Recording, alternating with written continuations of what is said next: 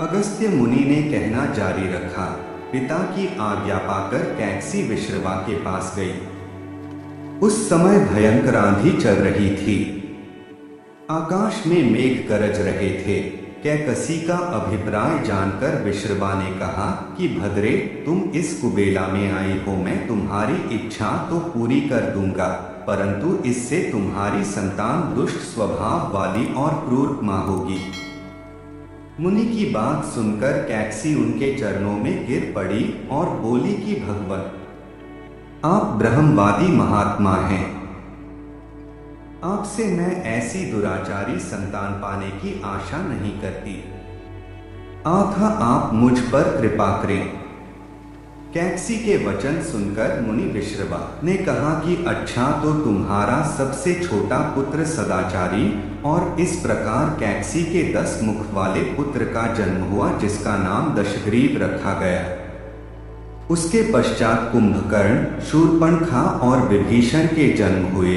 दशग्रीव और कुंभकर्ण अत्यंत दुष्ट थे, किंतु विभीषण धर्मात्मा प्रकृति का था। अपने भाई वैश्रवण से भी अधिक पराक्रमी और शक्तिशाली बनने के लिए दशग्रीव ने अपने भाइयों सहित ब्रह्मा जी की तपस्या की। ब्रह्मा के प्रसन्न होने पर दशग्रीव ने मांगा कि मैं गरुड़, नाग, यक्ष, दैत्य, दानव, राक्षस तथा देवताओं के लिए अवध्य हो जाऊं।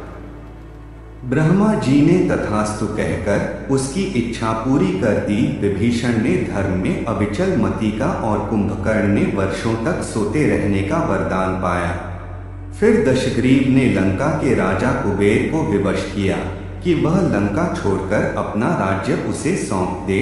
अपने पिता विश्रवा के समझाने पर कुबेर ने लंका का परित्याग कर दिया और रावण अपनी सेना, भाइयों तथा सेवकों के साथ लंका में रहने लगा।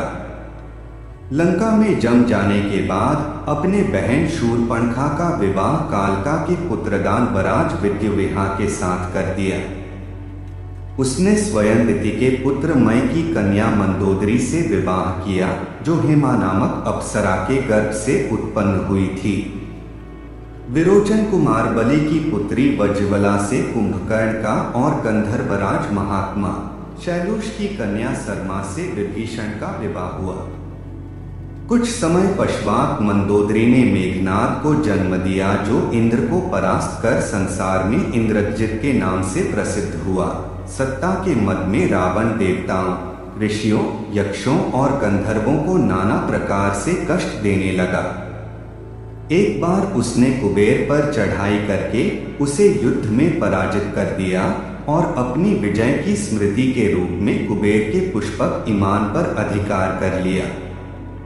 उस विमान का वेग मन के समान तीव्र था। वह अपने ऊपर बैठे हुए लोगों की इच्छानुसार छोटा या बड़ा रूप धारण कर सकता था। विमान में मणि और सोने की सीढ़ियां बनी हुई थीं और तपाए हुए सोने के आसन बने हुए थे।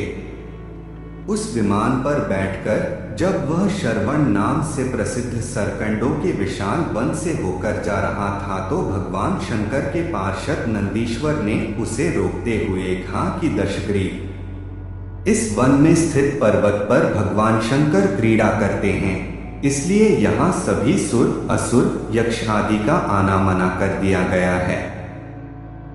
नंदीश्वर के वचनों से क्रुद्ध होकर रावण विमान से उतरकर भगवान शंकर की ओर चला। उसे रोकने के लिए उससे थोड़ी दूर पर हाथ में शूल लिए नंदी दूसरे शिव की भांति खड़े हो गए। उनका मुख वानर जैसा था। उसे देखकर रावण ठाका मारकर हंस पड़ा। इससे कुपित हो नंदी बोले कि दशानन, तुमने मेरे वानर रूप की अवहेलना की है, इसलिए तुम्हारे कुल का नाश करने के लिए मेरे ही समान पराक्रमी रूप और तेज से संपन्न वानर उत्पन्न होंगे। रावण ने इस ओर तनिक भी ध्यान नहीं दिया और बोला कि जिस पर्वत ने मेरे विमान की यात्रा में बाधा डाली है, आज मैं उसी को उखाड़ फेंकूंगा। यह कहकर उसने पर्वत के निचले भाग में हाथ डालकर उसे उठाने का प्रयत्न किया। जब पर्वत हिलने लगा तो भगवान शंकर ने उस पर्वत को अपने पैर के अंगूठे से दबा दिया। इससे रावण का हाथ बुरी तरह से दब गया और वह पीड़ा से चिल्लाने लगा। जब वह किसी प्रकार से हाथ न निकाल सका तो रोते रोते भगवान शंकर की स्तुति और क्षमा प्रार्थना करने लगा। इस पर भगवान शंकर ने उसे क्षमा कर दिया और उसके प्रार्थना करने पर उसे एक चंद्रहास नामक खड्ग भी दिया। ये थी रावण के जन्म की कहानी। कैसी लगी कमेंट में जरूर बताना। धन्यवाद।